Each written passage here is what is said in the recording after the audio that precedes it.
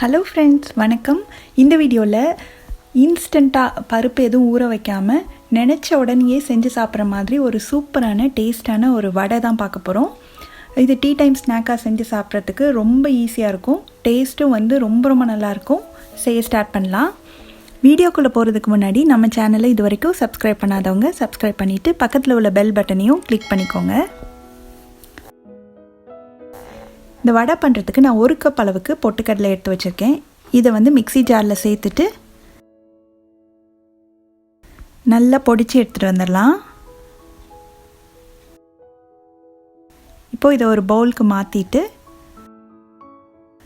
மறுபடியும் மிக்ஸி ஜாரில் ஒரு 1/2 டீஸ்பூன் அளவுக்கு சோம்பு, 2 பச்சை மிளகாய், ஒரே ஒரு காஞ்ச மிளகாய், 3 பல் பூண்டு, கொஞ்சமாக தோல் நீக்கி பொடியாக கட் பண்ண இஞ்சி, அப்புறம் 1 கப் அளவுக்கு கேரட்டை தோல் சீவிட்டு இந்த மாதிரி சின்ன துண்டுகளாக வெட்டி வச்சுருக்கேன். அதையும் சேர்த்துடலாம். இது கிட்டத்தட்ட ஒரு 3 மீடியம் சைஸ் கேரட் இருக்கும். இப்போ இதை லேசாக கொரப்பாக அரைச்சி எடுத்துகிட்டு வந்துடலாம். இது ரொம்ப பேஸ்ட் மாதிரி அரைக்காமல் கொஞ்சம் கொரப்பாக இந்த மாதிரி அரைச்சிட்டு இதையும் நம்ம பொடிச்சு வச்சுருக்கிற பொட்டுக்கடலையோடு சேர்த்துடலாம். இது கூட ஒரு பெரிய வெங்காயத்தை பொடியாக வெட்டி சேர்த்துக்கிறேன். கொஞ்சமாக கருவேப்பிலை, கொஞ்சமாக பொடியாக நறுக்குன கொத்தமல்லி இலை, அப்புறம் இதுக்கு தேவையான அளவு உப்பு. அவ்வளோதான்.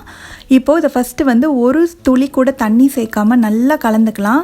தண்ணி மோஸ்ட்டாக தேவையே படாது. அப்படி தேவைப்பட்டால் மட்டும் நம்ம கொஞ்சமாக தெளித்து பிசைஞ்சுக்கணும். தண்ணி நிறைய சேர்த்துறாதீங்க. அதுதான் ரொம்ப முக்கியமான ஸ்டெப்பு. தண்ணி நிறையா சேர்த்துட்டிங்கன்னா அந்த கன்சிஸ்டன்சி நம்மளுக்கு கிடைக்காது. இப்போ நல்லா கலந்தாச்சு. கேரட் வெங்காயத்தில் உள்ள ஈரப்பதத்துலேயே நமக்கு இது எல்லாம் ஒன்றா சேர்ந்து வந்துச்சு பாருங்கள். நான் ஒரு ட்ராப் கூட தண்ணி சேர்க்கவே இல்லை. இப்போ இந்த அளவுக்கு இருக்கணும். உங்களுக்கு ரொம்ப ட்ரையாக இருந்தால் மட்டும் கொஞ்சமாக ஒரு அரை ஸ்பூன் 1 ஸ்பூன் அளவுக்கு தண்ணி சேர்த்து நல்லா பிசைஞ்சு இந்த அளவுக்கு கொண்டு வந்துடணும். இப்போது இதை சின்ன உருண்டைகளாக பிரித்து வச்சிடலாம். நல்லா இந்த மாதிரி பால் மாதிரி உருட்டி வச்சிடணும்.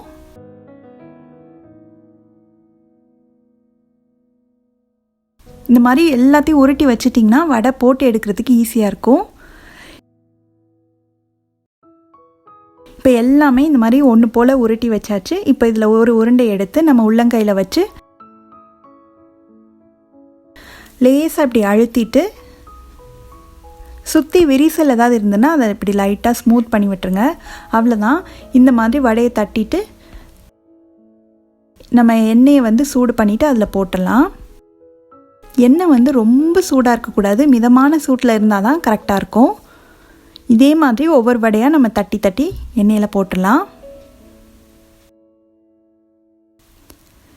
மிதமான தீயிலேயே வச்சு தான் இந்த வடையை பொரித்து எடுக்கணும். இந்த வடை வேகிறதுக்கு ரொம்ப நேரம் ஆகாது. ஏன்னா நம்ம பொட்டுக்கடலை கேரட் தானே சேர்த்துருக்கோம். இது எல்லாமே ரொம்ப சீக்கிரமாக ரெடி ஆயிரும். அதனால மிதமான தீயிலேயே வச்சு கொஞ்சம் நேரத்துலேயே நம்ம இதை திருப்பி போட்டுடணும். நல்ல கோல்டன் ப்ரௌனாக வர ஆரம்பிக்குது பாருங்கள். ரொம்ப பக்கத்தில் இருந்து கவனமாக இதை எடுத்துடணும். ஏன்னா கொஞ்சம் எக்ஸ்ட்ரா டைம் விட்டுட்டிங்கனாலும் இது கருகி போயிடும்.